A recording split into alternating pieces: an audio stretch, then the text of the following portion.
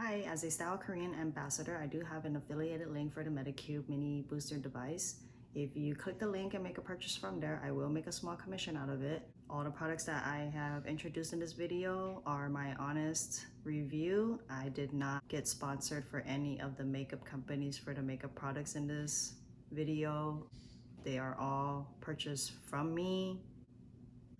I've really been liking this Mini Booster Pro from Medicube. Get the lotion and do this. A button. Level 1. And Level 2. I think there's 5 levels. Level 4. Level 5. And there's a blue color too. Level 1. And there's Level also 2. Level 3. Level 4. 5 levels. Level 5. But I like to use level 5 on the red. Level 3. Level 4. Level 5.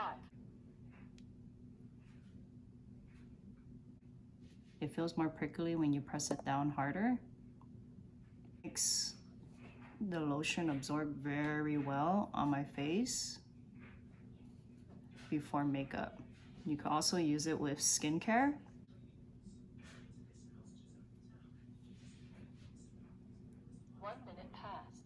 You can see glassy looking after using this Medicube device. You turn it off by holding it for 2 seconds. I like to get alcohol and clean this top part. So it looks like this.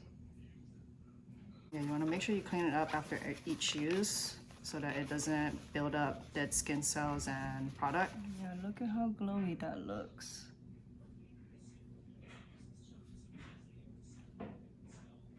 Just the lotion alone with the product, it feels really nice. Okay, let's get started by moving my hair. This is what my natural eyebrows look like. I'm gonna use the Got2b hair gel. On a tool like this, you want to grab the smallest amount of gel. I put it flat against all the hairs first because it's not tacky yet. So then when I feel like it's starting to get tacky, that's when I'm gonna start placing the hairs. Place the hair wherever I want it to go. So as it gets tacky, it starts to stay where you press it.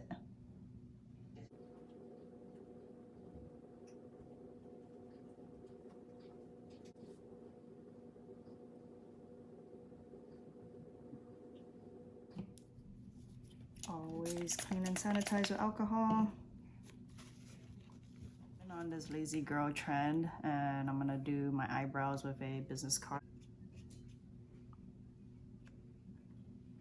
So I do want to place it right here to get a straight line and then kind of go upward, because I don't want like a Sharpie eyebrow, but I do want it to be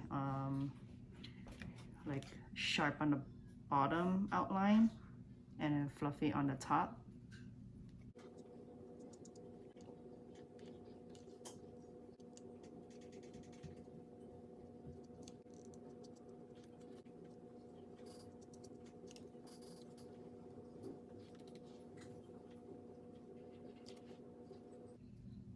So it does get messy because I did the glue first,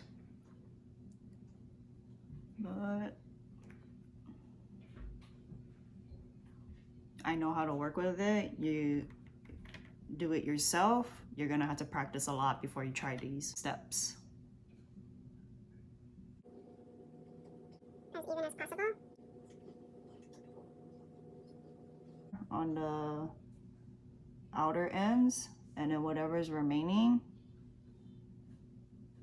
I just drag whatever in the front. It's my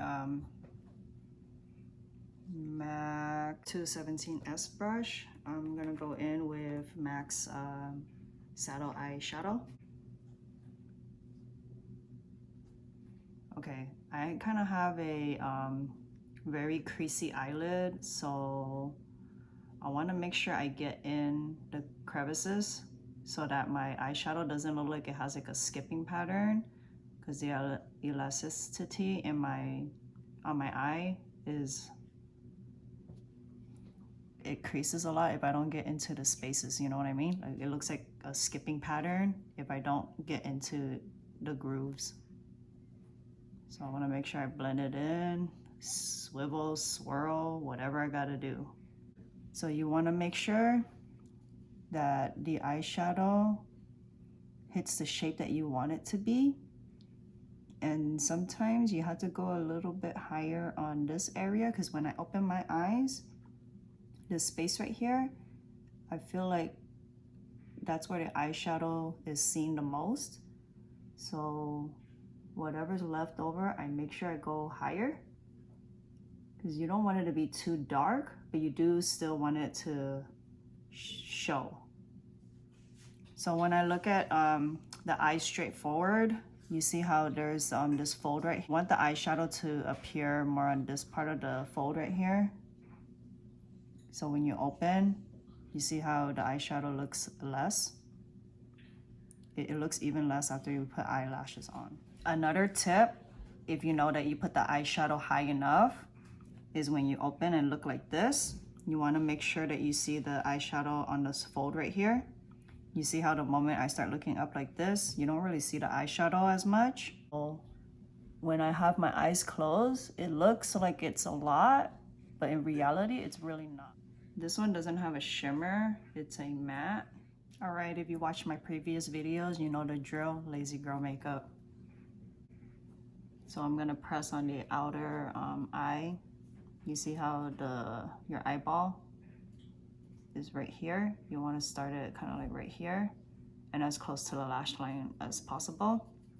So this is where you want the most concentrated part of the dark eyeshadow to be.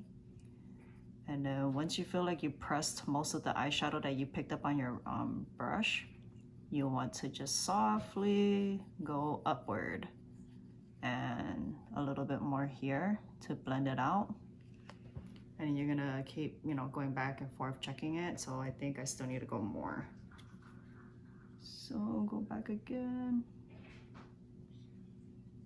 So you're gonna do kind of like a pressing motion right here, because the dark eyeshadows, you want to be careful going too crazy, like fluffing it around, because it could really make your eye very smoky looking if that wasn't what you're going for. So you do want to do like pressing motions and concentrate it on the area that you want it to be dark.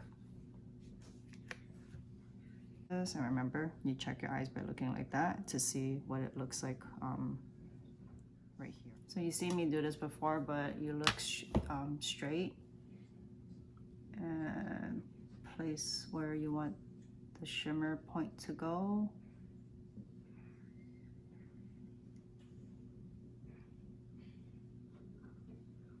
And keep opening your eyes to double check.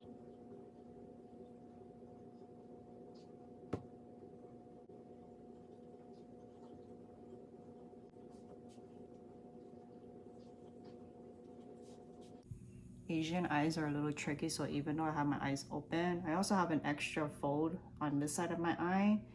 It looks even, but then when I look down, it looks like I need to go more on this side. So I do want to check on every angle.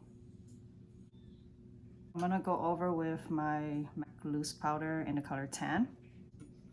And I'm just gonna sprinkle some right here. If you want any of your makeup to pop, you always want to use something that's like creamy and then go over with a powder.